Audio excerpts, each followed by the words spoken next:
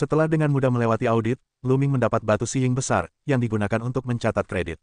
Misalnya, jika Luming membawa orang untuk berburu dan membunuh bajak laut StarCraft, ia perlu menggunakan batu bayangan semacam ini untuk mencatatnya, dan kemudian menyerahkannya ke Departemen Pesawat Militer.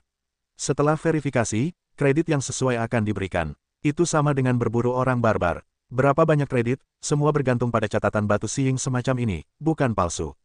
Setelah semuanya selesai, Luming dan Lan Sang kembali ke tempat tinggal mereka, dan berangkat dengan Qiu Yue, Lan Ling, dan orang-orang kuat dari Kra dan Panglima Perang. Mereka berangkat secara rahasia dan tidak ada orang lain yang tahu. Ibu kota suci Taixu jauh dari perbatasan barat. Namun, di ibu kota Taixu, ada lubang cacing yang terhubung. Melalui lubang cacing, mereka datang ke perbatasan barat dalam waktu singkat. Tujuan kita adalah sebuah ladang bintang di persimpangan antara Taixu Shengchao dan Barbarian, wilayah bintang Tianhun. Pertama-tama, kita perlu menemukan planet yang hidup untuk dijadikan fondasi klan. Lan Sangdao berkata, lalu mengeluarkan sebuah peta dan melihatnya. Ini adalah peta wilayah bintang Tianhun. Peta ini mencatat dengan sangat detail dan menandai bintang-bintang, sungai-sungai, dan bahkan beberapa kekuatan besar. Luming mendesah dalam hati. Untungnya, dengan bantuan Lan Sang telah merencanakan beberapa rencana sebelumnya. Jika ia digantikan, ia pasti akan pusing.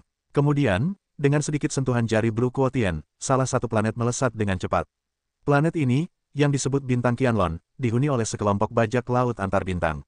Lingkungan planet ini sangat baik. Udaranya kuat. Ini adalah tempat yang baik untuk berkultivasi. Ini adalah tempat yang paling cocok untuk dijadikan pijakan di tahap awal. Bagaimana pendapatmu tentang Luming? Lan Sang bertanya kepada Luming. Bintang Qianlong benar-benar nama yang bagus. Hanya planet ini, Luming berkata sambil tersenyum. Baiklah, ayo pergi, kata jalan komersial. Fiu. Mereka berubah menjadi cahaya pelangi dan terbang menuju wilayah bintang campuran. Mereka adalah sekelompok orang, kultivasi roh biru lemah, dipimpin oleh bisnis biru, kecepatan yang lain sangat menakjubkan, menuju wilayah bintang campuran langit. Melewati bintang-bintang, lebih dari 10 hari kemudian, sebuah bintang besar muncul di depan Luming. Planet ini adalah Qianlong. Sayang sekali planet yang bagus ditempati oleh sekelompok bajak laut bintang. Di masa depan, mari kita buat nama di tangan Luming. Sambil tersenyum, Luming melangkah keluar lebih dulu dan terbang menuju bintang Qianlong. Lan Sang dan yang lainnya mengikuti. Siapa? Berhenti. Ini, minuman besar, sekelompok orang muncul, menghentikan Luming dan mereka. Sekelompok orang ini, satu persatu, ganas, terbagi dalam 7 atau 8 ras berbeda, menatap Luming dan yang lainnya dengan tatapan membunuh. Siapa kalian? Kenapa kalian diam-diam datang ke Qianlong Xingku? Salah satu pria kuat yang memegang pisau cincin besar membuka mulutnya dan menatap Luming dengan penuh niat membunuh. Pada saat yang sama, ia mengacungkan pisau cincin besar itu sambil bersiul. Siapa kami? Tidak ada salahnya memberitahu kalian bahwa kami dari ziarah Taixu. Kami di sini untuk memusnahkan kalian. Lu, Ming berkata sambil tersenyum. Apa? Beberapa priahan berjubah hitam tampaknya tidak menyangka Luming akan langsung memberitahu tujuan mereka. Mereka sedikit terkejut, lalu meraung, orang-orang dari dinasti suci Taixu datang, beri komandan pesan. Segera, seseorang mengeluarkan rune giok transmisi dan mulai mengirimkan suara. Yang lain mengeluarkan sinyal untuk memberitahu bajak laut bintang lainnya. Tiba-tiba, seluruh bintang Qianlong mulai bergerak, satu persatu kapal perang bintang raksasa terbang keluar dan bergegas menuju sisi ini. Dalam hal ini, Luming dan yang lainnya tidak bergerak, tidak berhenti sama sekali, saling memperhatikan suara. Biarkan pihak lain berkomunikasi dan berkumpul untuk menyelesaikan masalah dengan lebih baik. Baiklah, sekarang kami bisa menghadapimu. Pada saat ini, Luming berbicara dengan lemah, dan kemudian sebuah batu bayangan besar terbang keluar dan menggantung di atas kepala Luming. Bajak laut bintang ini juga berjasa. Tentu saja, mereka harus dicatat dan tidak boleh disia-siakan. Kemudian, Luming melangkah keluar dan berjalan maju. Nak, kalian ingin mati, saudara-saudara, bunuh mereka. Pemimpin itu meraung, mengayunkan pedang cincin besarnya, dan membunuh Luming. Pria besar ini tidak lemah karena kultivasi 4 lapisnya. Bajak laut bintang lainnya, Raja Dewa 1 yang berat hingga Raja Dewa 4, yang terlemah, bahkan setengah langkah raja. Sentuh, Luming melangkah keluar dari langit, kehampaan bergetar hebat, dan kemudian suara nyanyian naga bergema di langit. Tiba-tiba, puluhan naga bercakar 9 terbang keluar dan membunuh para bajak laut. Tidak bagus, pria besar yang dipimpinnya menjadi pucat dan ingin melarikan diri, tetapi sudah terlambat. Seekor naga bercakar 9 menyusulnya. Begitu cakar naga tergores dan terkoyak, pria besar itu terkoyak dan jatuh di tempat. Bajak laut bintang lainnya lebih lemah dan pada dasarnya tidak memiliki perlawanan. Mereka dibunuh satu persatu. Maju, bunuh, Luming, mereka, menuju bintang Qianlong. Sampah dari Taixu Shengchao berani membuat masalah dengan Qianlong Xing dan membunuh mereka semua. Setidaknya ada selusin kapal perang bintang raksasa, yang masing-masing memiliki panjang ribuan mil, mereka begitu besar hingga bertabrakan dengan daratan. Satu di tengah, terdengar raungan. Semoga beruntung, aku akan mengambil yang di tengah. Kalian boleh melakukan apapun yang kalian mau. Lu Ming menunjukkan rasa kemanusiaannya kepada para panglima perang kera. Setelah itu, Lu Ming bergegas ke kapal perang di tengah, menampilkan tubuh emas iblis, dan melancarkan serangan. Bunuh dia, terdengar raungan dari kapal perang. Kemudian, rune muncul di kapal perang. Kemudian, seberkas cahaya terbang keluar dari kepala kapal perang dan meraung ke daratan. Kapal perang antar bintang semacam ini, tidak hanya memiliki kemampuan terbang cepat dan berawak, tetapi juga dapat melancarkan serangan dengan kekuatan luar biasa. Lu Ming mengepalkan tinjunya dan membombardir pilar cahaya tersebut. Pilar cahaya semacam ini rentan terhadap serangan Lu Ming dan langsung dikalahkan. Boom! Akhirnya, Lu Ming meninju kepala kapal perang tersebut. Seluruh kapal perang bergetar hebat dan meledak terus-menerus. Seluruh kepala kapal perang hancur berkeping-keping. Kemudian, kekuatan tinju yang mengerikan menyebar ke seluruh badan kapal perang. Banyak retakan muncul di seluruh badan kapal perang. Akhirnya, seluruh kapal perang hancur. Satu pukulan meledakkan kapal perang sepanjang ribuan mil. Adegan ini sangat dahsyat. Kapal perang itu hancur dan ribuan orang terlempar keluar. Tidak, mundur, teriak seseorang. Sungguh mengerikan bisa meledakkan kapal perang sepanjang ribuan mil hanya dengan satu pukulan. Setidaknya itu adalah kekuatan ke-8 dari Raja Dewa. Dia tidak bisa menghadapinya. Mereka tahu bahwa kali ini orang-orang terlalu kuat. Mau pergi, mereka semua akan dibunuh, dan tidak ada yang akan bertahan. Sebelum dia datang, dia sudah melakukan penyelidikan dan tahu bahwa para bajak laut bintang ini hanyalah sampah. Mereka melakukan segala macam kejahatan, dan metode mereka sangat kejam dan sering menghancurkan orang-orang. Semua orang adalah orang yang kejam. Tangannya berlumuran darah. Dia harus dibunuh. Lu Ming tidak akan bersikap lunak terhadap orang-orang ini. Bunuh. Beberapa orang kuat dari perang kera telah membunuh mereka. Tentu saja, para kera dari Raja Kera tidak menyerah, karena memang tidak perlu. Bajak laut bintang semacam ini hanya bisa dianggap sebagai kelompok kecil bajak laut di wilayah bintang Tianhun.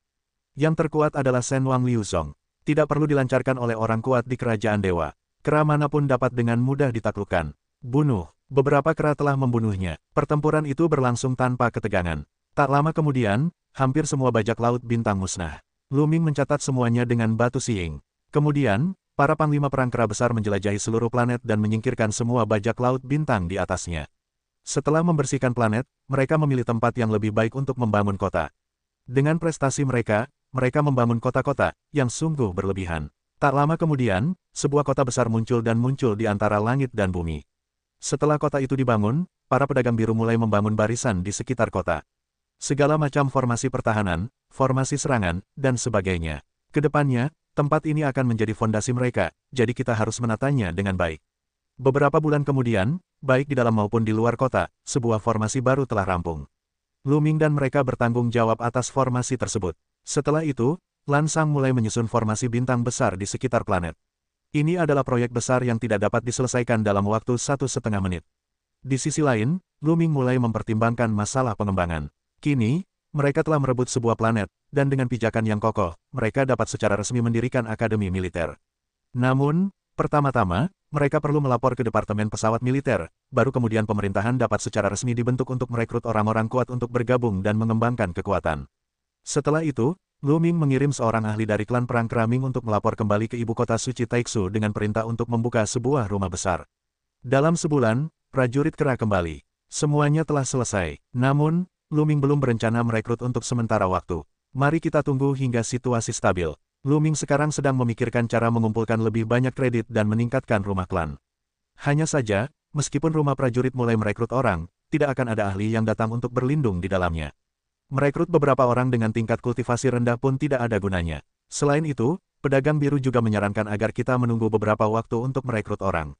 Karena Lan Sang berencana untuk membuat formasi besar. Formasi besar ini khusus digunakan untuk merekrut orang dan dapat menguji hati orang. Jika ada orang yang tidak tulus hati atau tidak memiliki tujuan, mereka dapat diuji. Lu Ming memiliki banyak musuh. Jika kita merekrut orang, kita tidak dapat menjamin bahwa musuh-musuhnya akan mengirim orang untuk menyusup. Oleh karena itu, susunan besar seperti ini sangat penting. Untuk saat ini, Lu Ming berencana untuk memusnahkan beberapa bajak laut bintang di dekatnya dan mengumpulkan kredit. Sekarang, seluruh situasi wilayah bintang campuran dalam kekacauan. Itu terutama dibagi menjadi beberapa kubu. Salah satunya, yang terbesar dan paling kacau, adalah bajak laut Starcraft, besar dan kecil, jumlahnya sangat besar.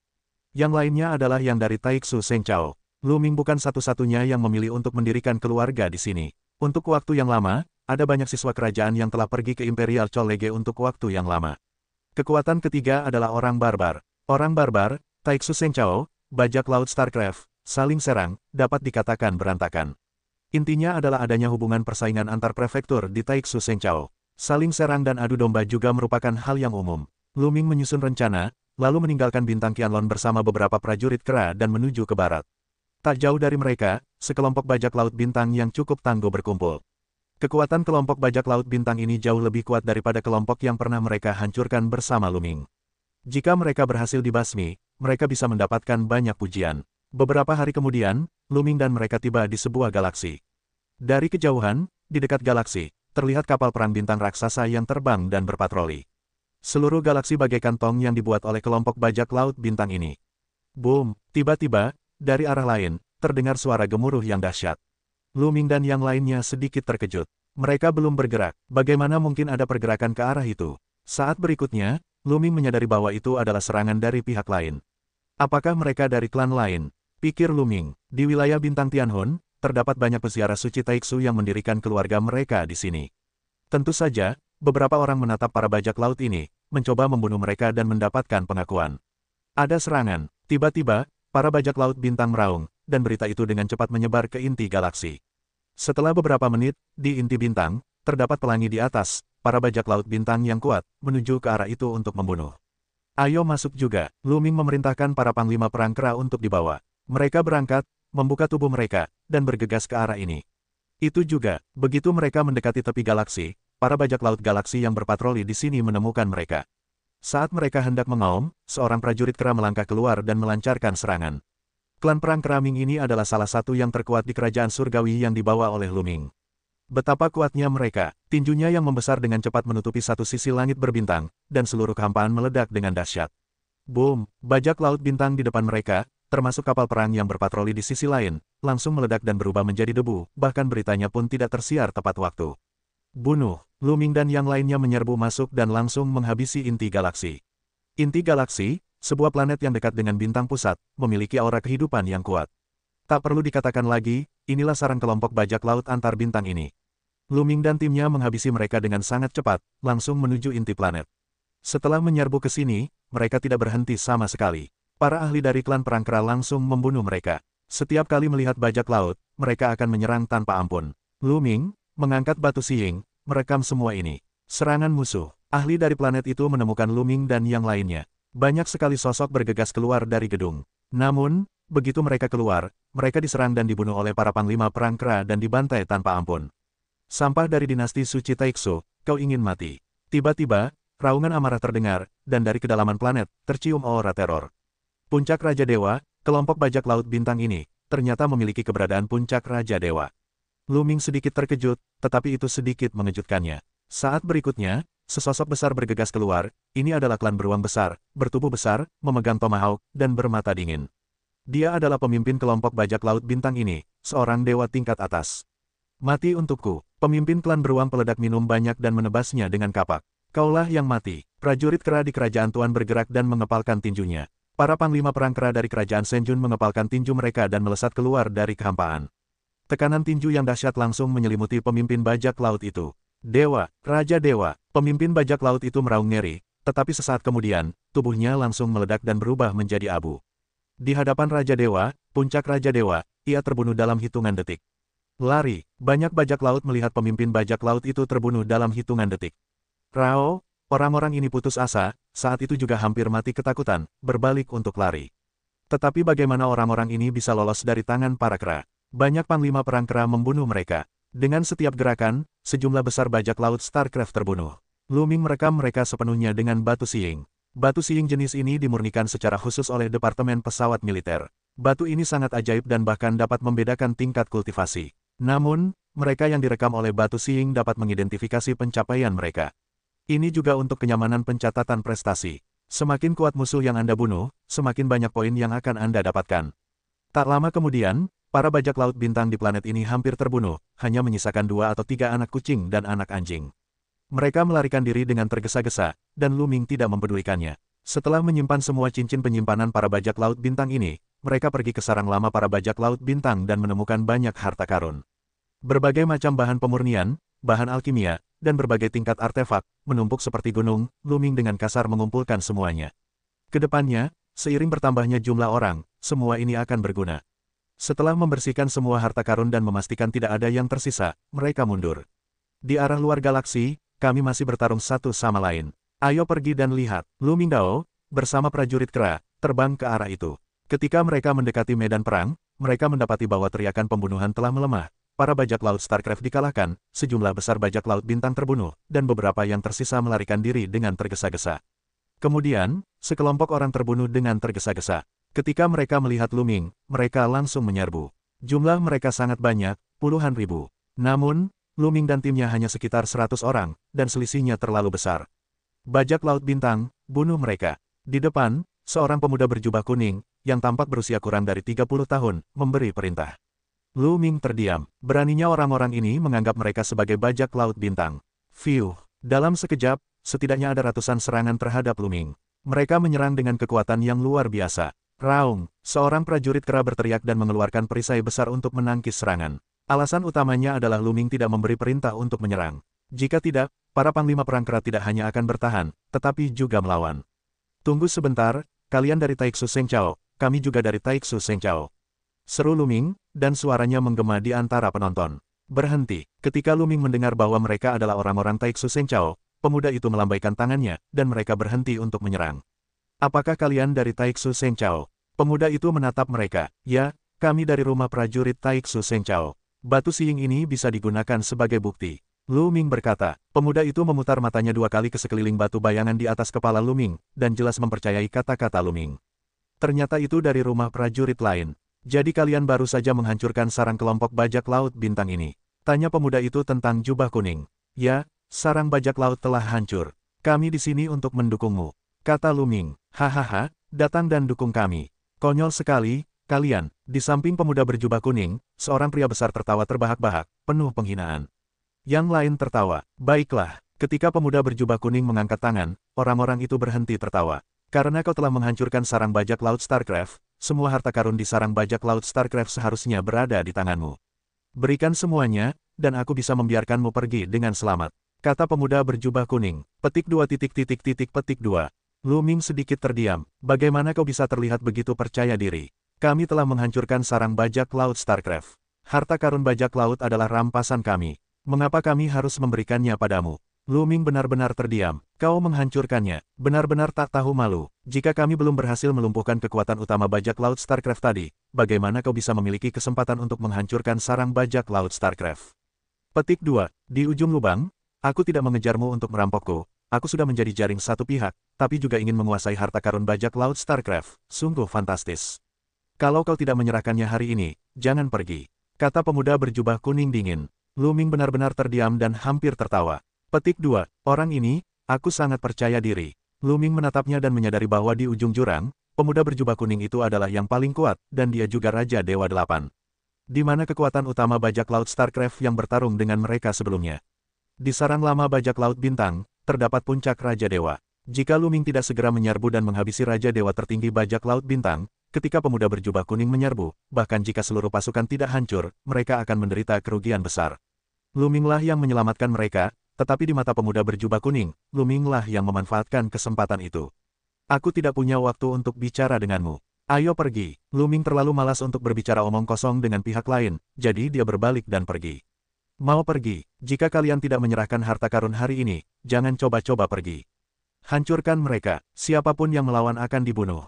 Pemuda berjubah kuning itu berteriak. Boom, boom. Tiba-tiba, orang-orang kuat di sekitar pemuda berjubah kuning itu terengah-engah dan ingin menyerang Luming dan yang lainnya.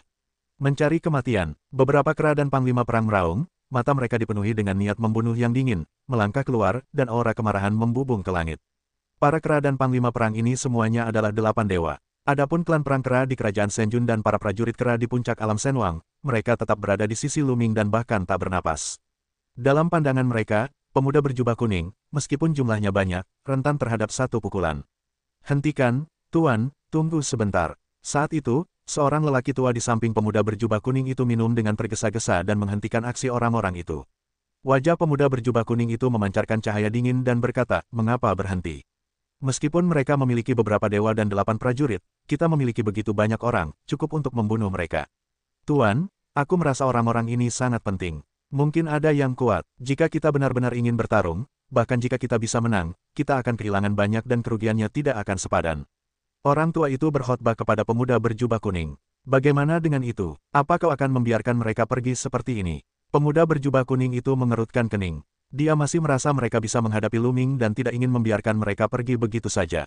Pemuda berjubah kuning itu masih enggan melepaskan Luming, meskipun di antara mereka, ada beberapa Raja Dewa tingkat 8, yang di luar dugaannya. Namun, jumlah mereka puluhan ribu, sementara Luming hanya ratusan. Ia yakin bisa menghabisi mereka. Tuan Istana, orang-orang ini masih sangat baru. Mereka pasti baru di Keifu.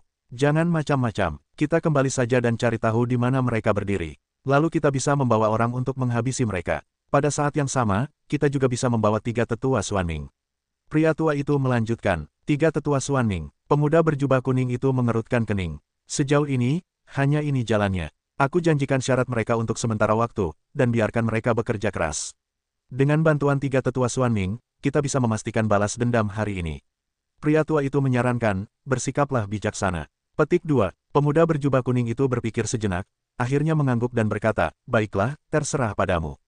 Kemudian, sambil menatap Luming, ia berkata, nak, aku akan mengampuni nyawamu hari ini.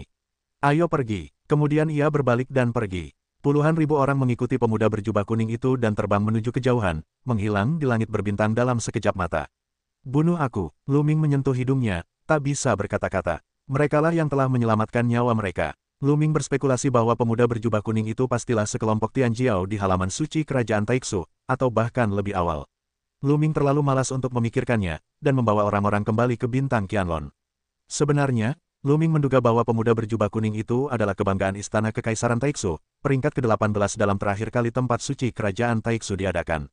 Namanya adalah Huang Dong. Ia bukan dari keluarga terpandang, melainkan dari pasukan kecil. Di antara semua kesombongan surga, ia adalah seorang warga sipil. Huang Dong juga bisa dianggap sebagai Tianjiao yang tak tertandingi, tetapi peringkat ke-18, tidak ada hadiah untuk token Keifu. Namun, ia lahir dari keluarga biasa. Ia bertekad untuk membangun keluarga di Taixu Sengyuan. Ia bekerja keras di halaman suci Taixu dan bergabung dengan tentara. Setelah berjasa, ia mendapatkan token Keifu. Setelah sekian lama bekerja keras, meskipun ia masih seorang prajurit, ia juga mengumpulkan sejumlah orang kuat, yang kekuatannya tidak lemah. Namun, yang terkuat di bawahnya hanyalah 8 dewa berat, dan tidak ada puncak Raja Dewa. Begitu Huang Dong kembali, ia mengirim seseorang untuk menanyakan tentang Luming dan kabar mereka. Tak lama kemudian, mereka akhirnya mengetahuinya. Asalnya di bintang Qianlong, pendatang baru, berani-beraninya kau mengambil jasa dan hartaku di jalan. Aku ingin kau tahu bahwa tidak mudah untuk bercampur di langit dengan wilayah bintang. Huang Dong membuka mulutnya dengan dingin dan terbang keluar. Tak lama kemudian, ia tiba di sebuah ngarai dan bertemu 3 orang tua.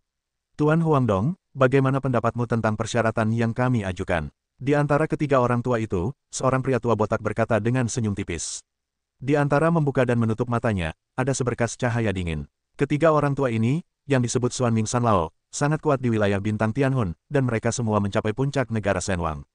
Sebelumnya, Huang Dong ingin mengundang ketiga orang tua Xuanming untuk bergabung dengannya. Tetapi bagaimana ia bisa dengan mudah bergabung dengannya di akademi militer?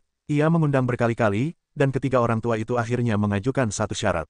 Selama Huang Dong menyetujui syarat itu, mereka akan bergabung. Namun, syarat itu benar-benar membuat Huang Dong malu, sehingga ia ragu-ragu dan tidak setuju. Namun sekarang, Huang Dong memutuskan untuk setuju. Ia membutuhkan kekuatan 3 guru besar Xuanming. Dengan mereka, ia dapat menghancurkan Luming, dan memperluas kekuasaannya dengan cepat untuk membasmi lebih banyak bajak laut. Pada saat itu, ia akan ditingkatkan menjadi jabatan jenderal dalam waktu dekat. Jika tidak, dengan kekuatan tangannya, ia ingin ditingkatkan menjadi jabatan jenderal, dan ia tidak tahu bahwa ia harus berjuang sampai zaman monyet. Baiklah, aku setuju dengan syaratmu, kata Wong Tung. Oke, hahaha. Di masa depan, kita akan menjadi rakyat pemerintah. Kuharap kita bisa bekerja sama dengan bahagia di masa depan. Ketiga tetua Xuanming tertawa. Huang Dong juga menunjukkan senyum dan berkata, di sini, aku hanya butuh 3 orang untuk membantuku membunuh seorang pendatang baru yang baru saja datang ke wilayah bintang Tianhun untuk memulai sebuah keluarga. Pendatang baru di Keifu, mudah dikatakan. Xuan Miao setuju. Keesokan harinya, Huang Dong, bersama sejumlah besar ahli dan 3 tetua Xuanming, berangkat untuk menghancurkan bintang Qianlong. Bintang Qianlong, Kota Naga. Itu kota yang baru dibangun. Inilah nama yang diambil Lu Ming sendiri. Di negeri Shenhuang, Lu Ming mendirikan Liga Naga dan membangun sebuah kota bernama Longhuangcheng. Alasan nama ini adalah untuk memperingati tahun-tahun hijau asli. Longhuangcheng sekarang sangat sepi, karena Lu Ming hanya membawa beberapa ratus klan pertempuran kera, sehingga sebagian besar kota yang luas itu tidak berpenghuni, hanya beberapa tempat penting yang dijaga oleh klan pertempuran kera. Lu Ming bosan dan berduel dengan Qiu Yue untuk mengasah seni rahasia aslinya. Tiba-tiba, mata Lu Ming menatap ke kejauhan. Menarik, Lu Ming berbisik. Dengan penglihatannya saat ini, ia bisa langsung melihat apa yang terjadi di langit berbintang. Saat itu, ia melihat sekelompok orang bergegas menuju bintang Qianlong, lalu ke atmosfer dan menuju kota Kekaisaran Naga. Kelompok ini, tentu saja, adalah Huang Dong dan yang lainnya. Sibuk, Qiu Yue, ayo kita lihat. Lu Ming menuju jalan Qiu Yue. Kedua pria itu melesat dan menuju gerbang. Di sekitar kota, terus-menerus ada sosok-sosok yang bergegas menghampiri Lu Ming. Mereka semua adalah orang-orang kuat dari klan perang kera. Tak lama kemudian, pihak Lu Ming mengumpulkan ratusan panglima perang kera besar, mereka datang ke gerbang. Saat itu, naga kuning telah muncul di luar. Hancurkan kota ini. Tatapan Huang Dong dingin dan langsung memberi perintah. Sentuh. Tiba-tiba, ribuan sosok melangkah keluar, mengguncang kehampaan. Mereka adalah ribuan orang kuat berbaju besi, dari semua ras. Sama halnya, mereka semua memegang pedang di tangan mereka, yang berwarna emas dan berkilauan. Ini adalah Jin Dao Wei Huang Dong, salah satu pasukan elitnya.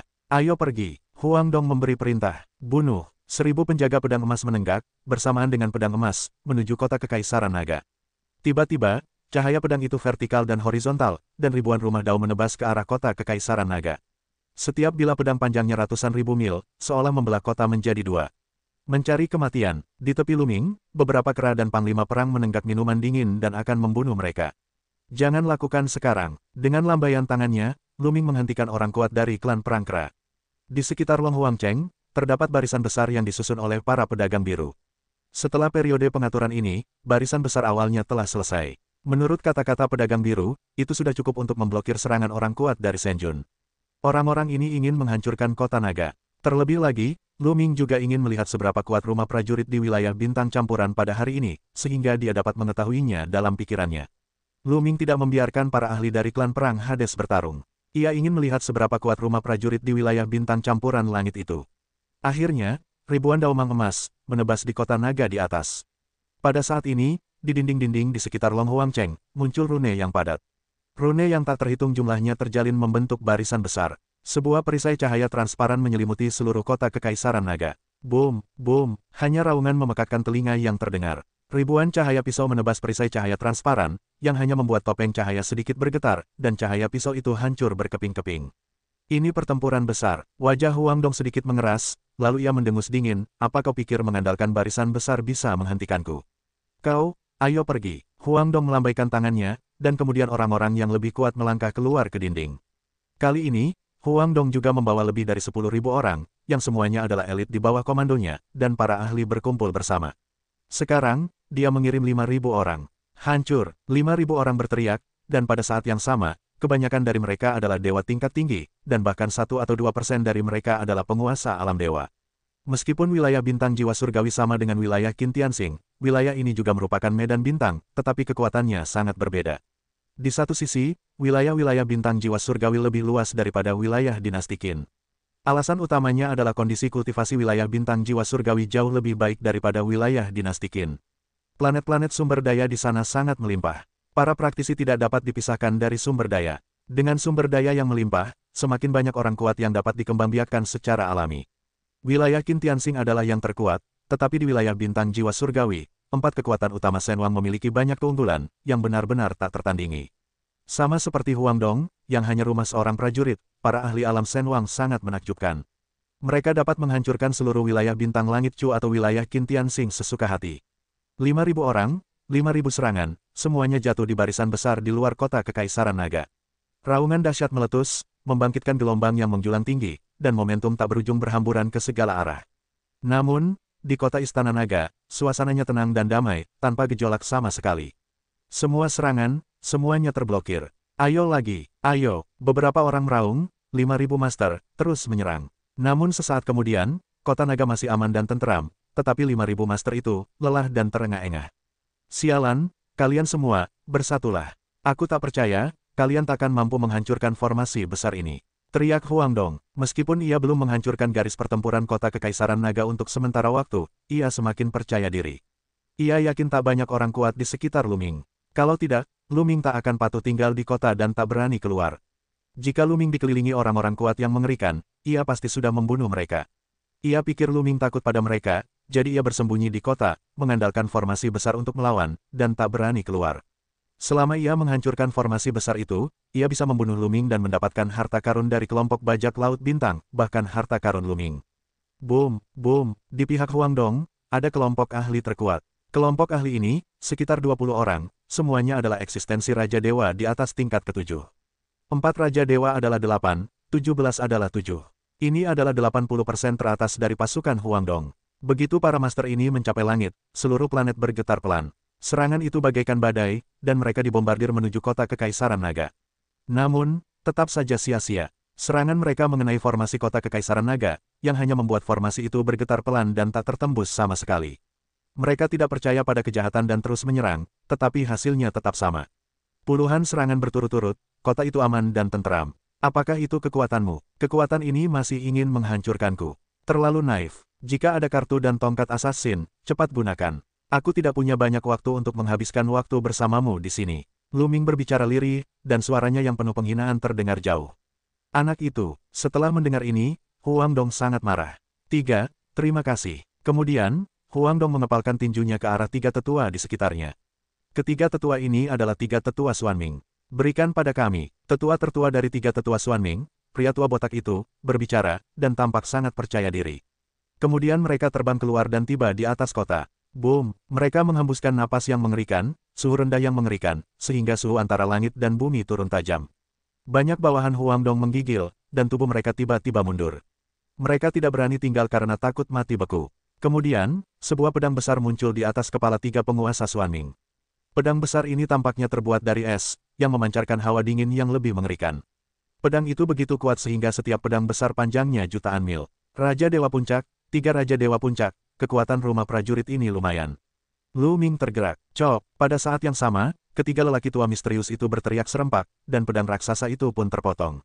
Boom, boom, boom, 3 pedang raksasa, menebas topeng transparan di atas kota Kekaisaran Naga, mengeluarkan raungan yang mengguncang bumi. Dinginnya menyebar, tetapi topeng transparan itu hanya bergetar beberapa kali, tidak ada apa-apanya, tidak pecah. Ini, bagaimana mungkin ini terjadi? Bahkan Raja Dewa Puncak pun tidak bisa hancur, formasi besar ini terlalu kuat. Pasukan Huang Dong semua terkejut. Wajah Huang Dong sangat muram. Dan ketiga lelaki tua Xuanming, kilatan mata yang bermartabat, lalu terus menyerang. Mereka menggunakan cara menekan bagian bawah kotak untuk melakukan pengeboman, tetapi pertempuran itu aman dan sehat.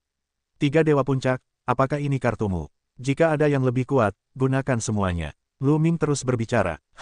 Nak, apa kau pikir kau bisa aman dan nyaman dengan bersembunyi di dalam cangkang kura-kura? Kalau kau punya kemampuan, kau bisa bersembunyi di dalamnya seumur hidupmu. Huang Dong menggertakkan giginya. Semakin ia menatap Luming, semakin ia merasa benci. Jadi kau benar-benar tidak punya kartu. Sekarang giliranku. Luming membuka mulutnya, lalu melambaikan tangannya, melangkah ke kehampaan, dan terbang menuju kota. Autumn Moon, dan para panglima perang kera itu, mengikuti di belakang. Dalam sekejap, Luming keluar dari jangkauan formasi. Keluar, keluar, Huang Dong sedikit tertegun, entah kenapa, hatinya tiba-tiba merasakan firasat buruk. Dia bukan orang bodoh, Luming telah melihat kekuatan pasukannya. Jika dia berani keluar dari pertempuran seperti ini, dia pasti sakit jiwa atau kecanduan. Luming tidak terlihat seperti orang dengan masalah otak.